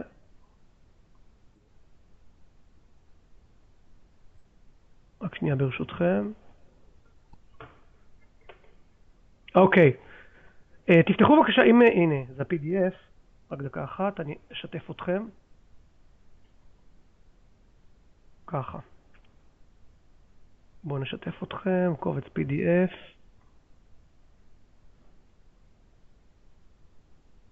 ככה, בסילבוס. לא זה. PDF. רק שנייה אחת. רואים את הקובץ PDF שעכשיו פתחתי? כן. יופי. זה הדף השלישי בסילבוס. עכשיו אני עושה סדר מול מי אתם עובדים. בסדר? אני מפגשי הנחיה בקורס משחק עסקים, אתם כבר יודעים. מפגשי ייעוץ. במפגשי הייעוץ יש לנו את הכיתה הווירטואלית, יש תוכנת התחברות. כל תקלה לגבי תוכנת ההתחברות, אני לא הצלחתי להתחבר, לא שומע את המרצה, לא יכול לדבר. עמית מאיר וסרגי אלינוב. זה אנשי התמיכה. בסדר? וכתבתי את זה כשאני שולח לכם פגישה להתחברות, כתבתי את זה בפרטים של הפגישה. עמית מאיר וסרגי אלינוב. אלה אנשי התמיכה הטכנית במכללה למינהל שאחראים לתוכנת ההתחברות. כשתרצו לדבר עם המתרגל, כנסו לתוכנת ההתחברות. תקלות, עמית מאיר, סרגי אלינוב. שמתי גם את האימיילים שלהם. עד כאן ברור מי אחראי לתוכנת ההתחברות?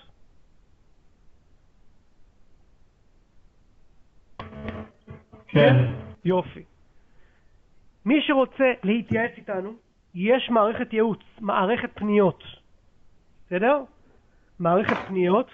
אתם מקישים במערכת הפניות, אין יותר אימיילים, מקישים במערכת הפניות עם הסיסמה שתקבלו ממני היום, בסדר? תכתבו פנייה, תקבלו תשובה. תוך 48 שעות בלי שבתות וחגים. אוקיי? בגלל זה אתם לא צריכים טלפון של אף אחד. בקורס יש 300 סטודנטים, אני במקרה גם המרצה שאחראי על כל השכבה, וחשוב שזה יעבוד בצורה מסודרת. אני רוצה לראות מה הסטודנט כתב, אני רוצה לראות מתי איש הסגל ענה לו, יש פה כמה אנשי סגל, אתם לא צריכים להסתובב בין אנשי סגל. אנשי סגל מחכים לכם כל אחד לפי הנושא שלו במערכת הפניות. בסדר? אז למי שיש שאלה או בעיה שהיא לא תוכנת ההתחברות, מערכת פניות. שאלות לגבי מערכת הפניות? עכשיו, אם יש לכם בעיה בתוכנת ההחלטות, לא עולה, כן עולה, תפתחו פנייה, ומי שיענה לכם זה ארי קורמן. כרגע פשוט מערכת הפניות עוד לא עובדת, ולכן אני מפנה אתכם אליו ישירות.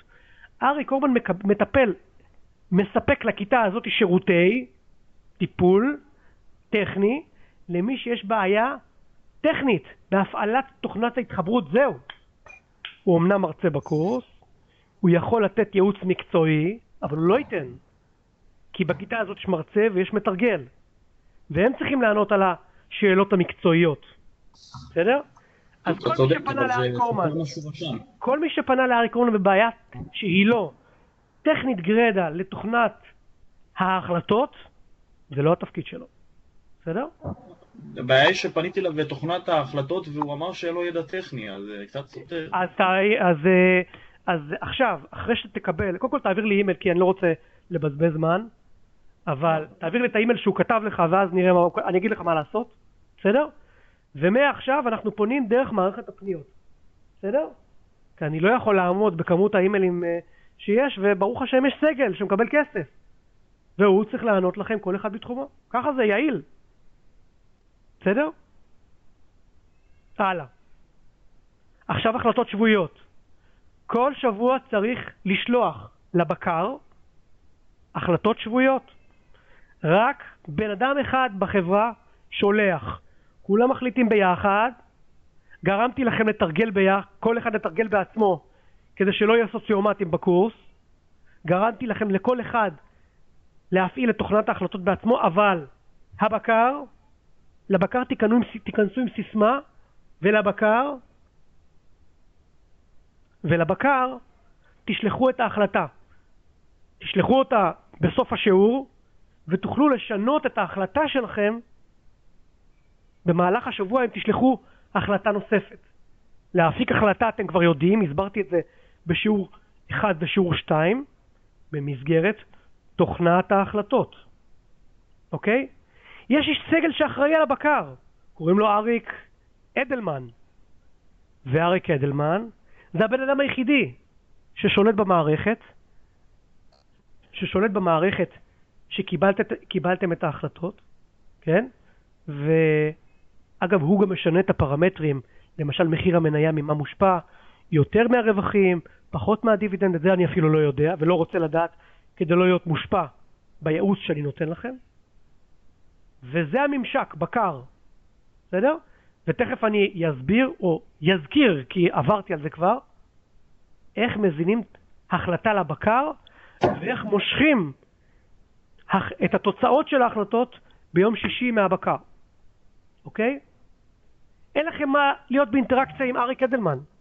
כי אם יש לכם שאלה לגבי הבקר, אתם פשוט שולחים למערכת הפניות שאלה. ואז המתרגל שלכם פשוט יעביר את השאלה. אם הוא לא יצליח לענות עליה בעצמו, הוא יעביר את זה לאריק אדלמן והוא ידאג לתשובה. לקחו בחשבון. לוקח 48 שעות לסגל לענות, או הסגל מחויב לענות עד 48 שעות. אוקיי? שאלות לגבי הבקר? הלאה, מטלות הקורס. מטלות הקורס, יש 4 מטלות בקורס. מה שנתתי לכם שבוע עבר השבוע שעבר 2 מטלות, זה לא נחשב. זה לא המטלות שמקבלים עליהן ציון אמיתי. זה במסגרת ההשתתפות מה שנתתי לכם. אבל עכשיו יש מטלות בקורס, ואותם, כשתכינו אותם, גם תשלחו לבקר. באותה שיטה שאתם מעלים החלטות, תכף אני אראה. נימוקים למיני אירועים. אתם זוכרים שכל שבוע יש אירוע מיוחד. קובץ מיני אירועים נמצא במודול. תורידו אותו ותקראו כל שבוע מה המיני אירוע. אם אתם רוצים לזכות בציון בונוס, אז תכתבו נימוק למיני אירוע ותשדרו אותו לבקר בנפרד. אל תשכחו שבהחלטות אתם צריכים לתת החלטה למיני אירוע. לגבי הנפקה או רכישה של מניות, אתם צריכים לקבל אישור מאיתנו, שוב, דרך אתר הפניות, יש טופס, אתם צריכים למלא אותו, וצריכים לשלוח לנו אותו, דרך אתר הפניות. בסדר? סוציומטריה, הערכת עמיתים בסוף הסמסטר, שוב, לשלוח אותו דרך אתר הפניות. כל הממשק שלכם איתנו הוא דרך אתר הפניות בלבד. רק לעניין תוכנת ההתחברות, לעמית, מאיר וסרגי, שנמצאים בפרטי הזימון. אוקיי? עכשיו, עוד דבר, אנחנו ניזום התייעצויות פורמליות, אני אפרסם לוח, אני אדבר על זה שיעור הבא, אני לא רוצה כרגע להעריך, שאתם תצטרכו בהתייעצויות לשלוח לנו טופס מקדים. אני אדבר על זה בשיעור הבא, כרגע זה לא רלוונטי. שאלות עד כאן. האם יש שאלות לגבי הממשקים?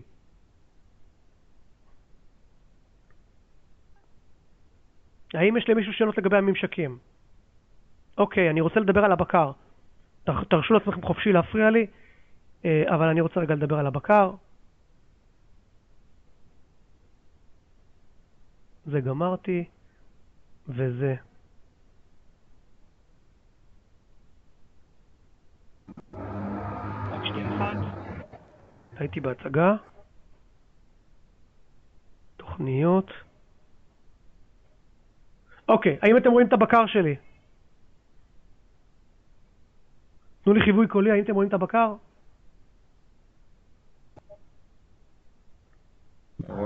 אוי, יופי.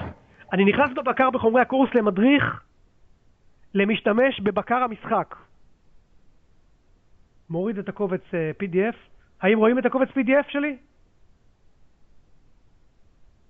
כן, משחק עסקים, בקר משחק עסקים, רואים? לא. לא, עוד שנייה אחת. עוד שנייה אחת.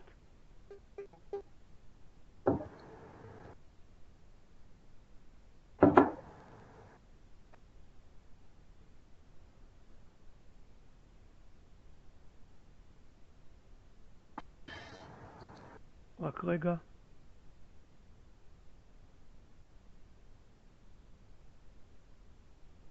שנייה, אני צריך לשמור אותו כדי להציג לכם.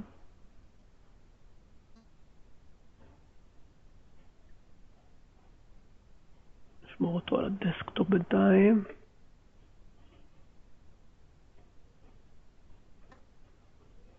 רק שנייה אחת.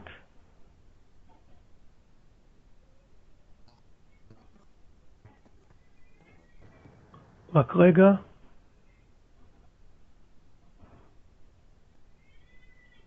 עוד שנייה אחת בבקשה. זה לא, וזה לא. זה כן. בקר. אוקיי. אתם צריכים לראות את הבקר שלי עכשיו, עוד שנייה אחת. אוקיי. רואים את הקובץ PDF של הבקר? תנו לי חיווי קולי. עוד לא. הבקר זה הממשק שבו אתם משדרים החלטות. אל תעלו לי החלטות לא מודול, אני גם נעלתי את זה, אתם לא יכולים כדי שלא תתבלבלו. החלטות שולחים לבקר. אוקיי? אל תשלחו לי באימייל החלטות, אני לא עושה עם זה כלום. החלטות לבקר. האם רואים את הקובץ PDF? כן. יופי. כשתקליקו על הבקר, בסדר? והלינק שלו נמצא במודול, בסדר? תקבלו את המסך הזה. איזה חברה אתם? בשיבוץ קיבלתם כבר איזה חברה אתם? D1, D2, D3, D4. תקבלו ממני סיסמאות, בסדר? ביקשתי בהודעות שכל חברה יהיה בה נציג לענייני תקשורת, נקרא לו. והנציג לענייני תקשורת ישלח לי אימייל. אני נציג של חברה ככה וככה, תן לי את הסיסמה. אני אשלח לו את הסיסמה. בסדר? אנא, אל תישארו בלי סיסמאות. הסיסמה היא לא אישית של הנציג תקשורת, היא של כל הקבוצה. בסדר? אז אני מבקש מהנציג לשלוח לכל הקבוצה את הסיסמה. הנציג הוא לא מנהל הקבוצה, הוא לא שום דבר, הוא כמו כל בן אדם בקבוצה. בסדר? רק שאנחנו רוצים בן אדם שיהיה איש קשר. אז אנא תשלחו לי אימיילים מיד לאחר השיעור עם הסיסמה, כי אני דורש מכם להאזין החלטה ביום השיעור. אתם יכולים אחרי זה להאזין שוב אחרי השיעור, אבל אני רוצה לדעת שיסתיים השיעור, הסטודנטים הזינו החלטות. הזנתם את החברה, הזנתם את הסיסמה. אגב, שנכנסים לאתר הפניות בדיוק תקבלו את אותו מסך, שם חברה, סיסמה. ואז תקבלו את המסך הבא.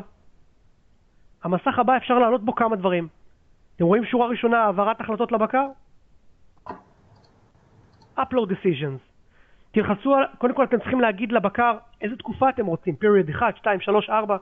עכשיו אנחנו מריצים הרצת ניסוי, תקופה אחת, זוכרים? ביום חמישי בשעה 9 אנחנו נריץ הרצת ניסוי, אחת. תיקחו את הקובץ שיצרתם בתוכנת ההחלטות, תלחצו פה בראוז, בסדר? תלחצו פה בראוז, ואז ייפתח לכם אפשרות להעלות את הקובץ, תעלו אותו, תלחצו אוקיי, תקבלו אישור שזה יתקבל. בסדר? אני לא עובר על קובץ על המדריך פה, אבל בהמשך המדריך כתוב בדיוק, בהמשך המדריך כתוב בדיוק איך לעלות, אבל זה נורא פשוט, אתה עושה בראוז ואפלוד. בסדר? ביום שישי בבוקר משיכת דוחות ביצוע, נכנסים לבקר, רושמים איזה תקופה אתם רוצים, דאונלוד, תקבלו את הדוחות שלכם. בסדר? אם אתם רוצים להזין למיני אירוע נימוק, כתבנו אופציונלי, זה שורה שלישית, אותו רעיון, אפלוד. אם אתם רוצים להעלות מטלה, בסדר? יש 4 מטלות בקורס, נדבר על זה בהמשך. אפלוד, בהעברת מטלות. בסדר? משיכת מטלות לאחר בדיקה, אחרי שהבודקים יבדקו את המטלות, תוכלו למשוך אותם. בסדר? זה הממשק שלכם עם הבקר. הבקר זו המערכת הלימודית. יש מערכת יש מערכת של פניות, וזה מערכת הבקר. האם כולם מבינים מה צריך לעשות בבקר? מה צריך לעשות בעצם? להיום לסוף השיעור שצריך להעלות החלטה, וביום שישי בבוקר למשוך את ההחלטות. כמובן אפשר למשוך את ההחלטות 10 פעמים. אם לכולם יש את הסיסמה בקבוצה, אז כולם יכולים למשוך את ההחלטות, הם לא תלויים אחד בשני. האם יש שאלות לגבי הבקר? האם כולם מבינים מה צריך לעשות לגבי השבוע? השבוע אני מצפה שעד איפה מתקנים את החלטות הבקר? איפה מתקנים? מזינים פשוט החלטה חדשה. אתה הולך לתוכנת החלטות, משנה את ההחלטות שלך ומזין שוב. הבקר קורא את ההחלטה האחרונה. עד יום חמישי ב-9? ביום חמישי ב-9 הוא קורא את ההחלטה האחרונה. אני דורש מכם שעד סוף השיעור, או נגיד עד היום בלילה, אני רוצה לראות החלטה של החברה. כלשהי. כל שיעור. בסדר? היום אני לא אגמור את השיעור ב8:30. אני תכף אסיים את השיעור. המטרה היא שהחברה תתכנס, תדבר בטלפון, תדבר עם עצמה. בסדר? חלק מהשיעור זה עבודה עצמית, ותזין החלטה. בסדר? האם ברור? האם יש שאלות? האם יש שאלות? אוקיי. סיימנו עם ענייני בקר. אני רוצה לדבר עוד קצת על דברים טכניים. קודם כל יש שיבוץ, כמו שכולם קיבלו. חובה ליצור קשר עם כל אנשי הקבוצה. הנה זה השיבוץ. אריק אורמן פרסם את השיבוץ. כמו שאתם רואים, כרגע יש 11 חברות בתעשייה.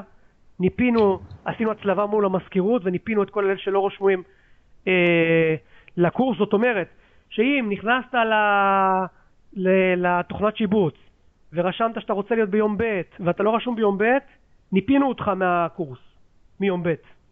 בסדר? אתה לא יכול להיות משובץ פה, אלא אם כן אתה בא בפנייה, אם אתה נמצא בכיתה אחרת, אתה בא למרצה האחראי על כל השכבה, שזה אני, ומבקש ממנו רשות, ואז אני אשקול. אבל באופן עקרוני כרגע אלה הקבוצות הן מלאות, וחובה עליכם ליצור קשר אחד עם השני. אם אין לכם פרטים אחד של השני, כי יש קבוצות ששיבצנו בעצמנו, פנו אלינו וניתן לכם את הטלפונים. האימיילים כמובן נמצאים במודול.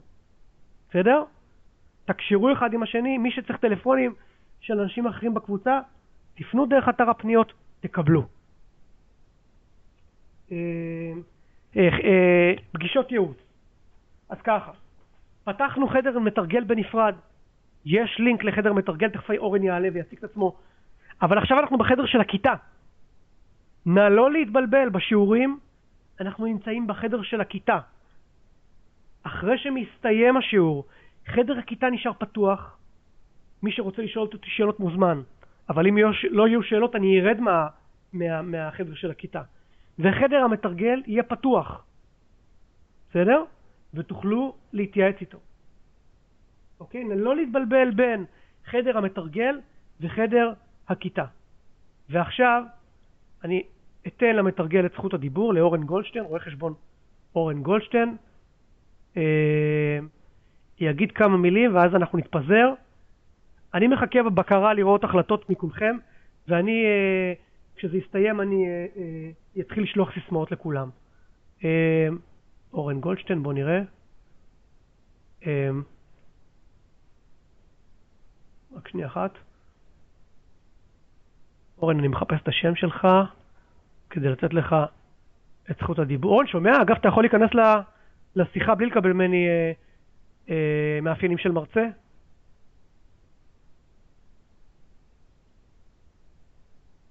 אורן.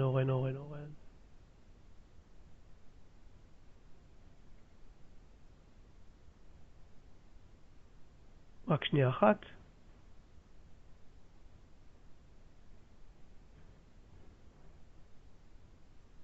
שנייה רגע, אני עושה השתקה ועוד שנייה אחת אני אעלה את אורן.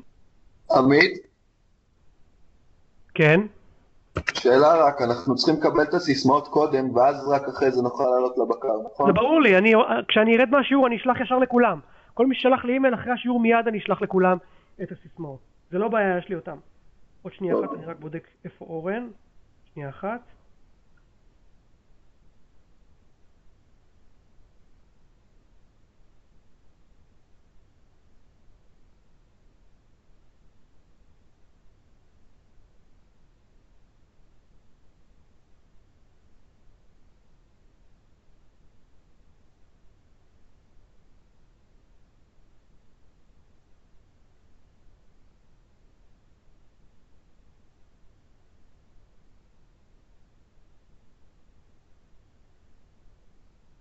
אני מנסה עדיין להתחבר.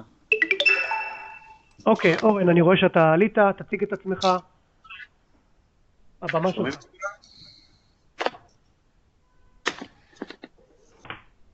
אורן? שומעים אותי? כן, שומעים אותך, אורן. מעולה. אז שלום לכולם, אני אורן. אני אתרגל אתכם בקורס יחד עם עמית, וננסה באמת לתת מענה לכל סוגיה או כל שאלה שתעלה לכם במשך הסמסטר. הקורס הזה הוא, כמו שאתם רואים, הוא קורס מאוד קבוצתי, שאתם באמת יכולים לקבל ממנו הרבה, ואנחנו ננסה באמת להוציא את המרב ממנו. אני בטוח שעמית אמר את זה כבר, אבל חשוב לי להדגיש, אתם מקבלים פה בעצם קורס שלוקח את כל מה שלמדתם בשלוש שנים האחרונות, 3 שנים של המון תיאוריה, ואתם בעצם מקבלים עכשיו בעצם את הכלים לקחת את זה קדימה לפרקטיקה. ולא סתם כל הקורס הזה ניתן לכם בשנה האחרונה שלכם של התואר. במאמר מוסגר גם זה קורס של תואר שני שהמכללה נותנת אותו כבונוס בתואר ראשון. אתם יכולים לבדוק אותי באוניברסיטת תל אביב בתואר השני. אז זה גם חשוב שתדעו. קצת לוגיסטיקות, למרות שעמית באמת עבר איתכם בצורה רוחבית על כל הדברים. יש לכם את הלינק החדש שעמית שלח היום, אני נמצא שם, בעצם מאחרי השיעור של עמית עד 8:30 באופן קבוע, תוכלו לקבל שם את הייעוץ. תשמרו את הלינק הזה, זה הלינק הקבוע שיהיה לנו, שנוכל לתרגל אתכם. וכמובן יש את מערכת הפניות שעמית דיבר עליו, על איך אתם מתנהלים שם ואיך אתם עושים את כל זה. לגבי זמן הייעוץ, קחו בחשבון שזמן הייעוץ הוא יחסית מוגבל. אתם הרבה סטודנטים, המון שאלות, תבואו ממוקדים. קחו בחשבון, אנחנו בערך נותנים פה רבע שעה לקבוצה, בשביל שכולכם תוכלו ליהנות מהייעוץ ולקבל את המקסימום.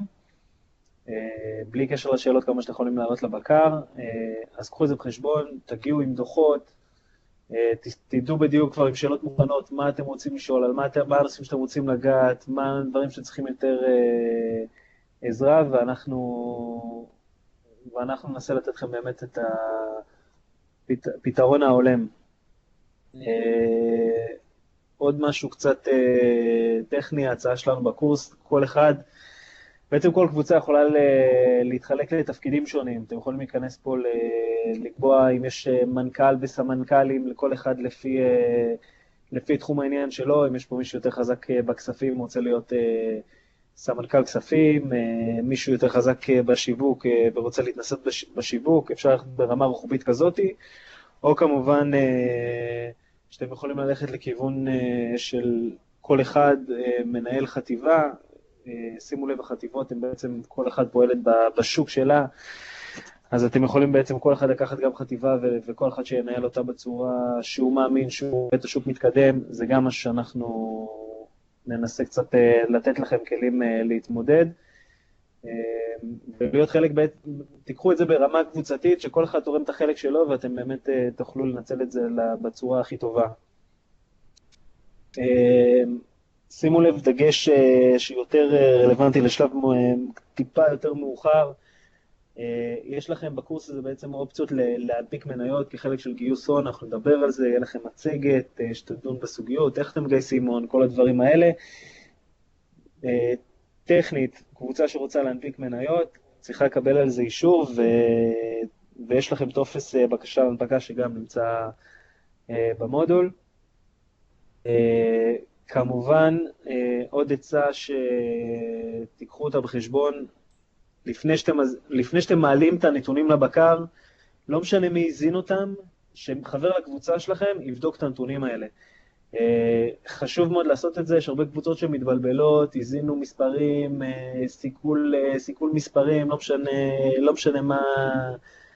לא משנה מה קרה, טועים מספרים, קפץ השורה, לא משנה, אתם מריצים את זה, אחרי זה לא יכולים לשנות את ההחלטות שהזנתם. קחו את זה בחשבון, אתם כולכם תלויים, אתם בעצם בסביבה שמתחרה אחד כנגד השני, קבוצה כנגד קבוצה,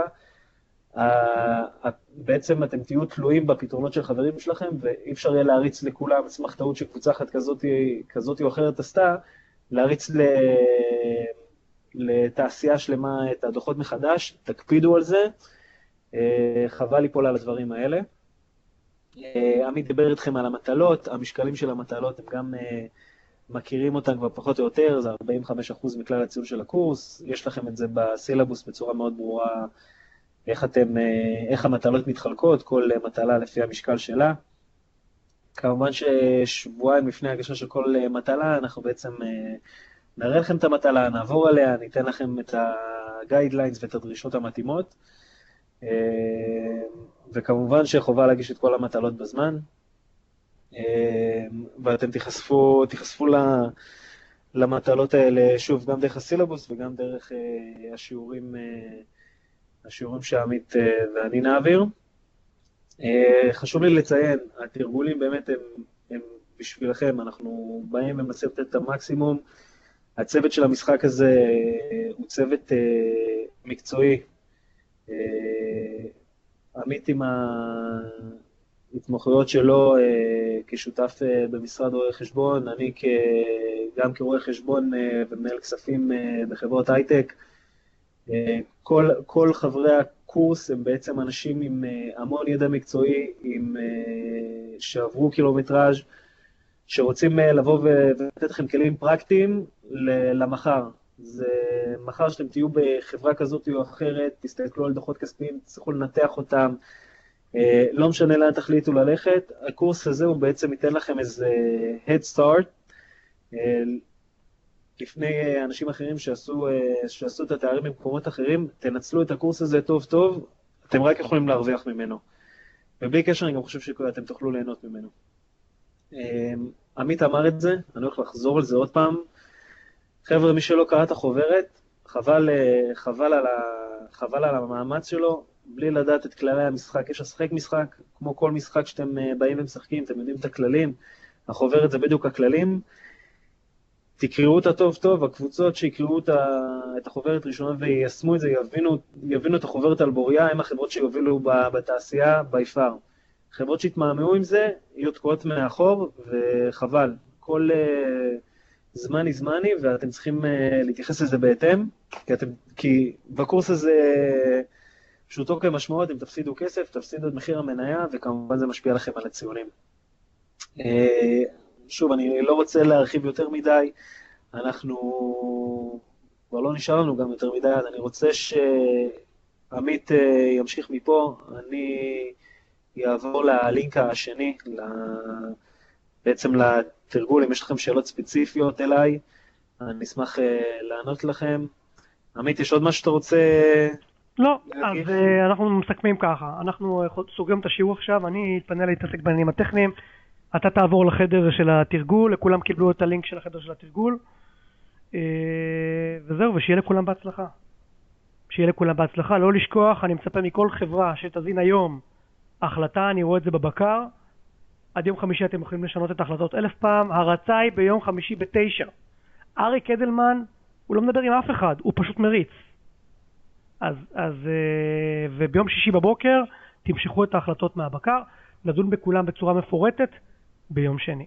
שיהיה לכולם בהצלחה בקורס ושבוע נעים.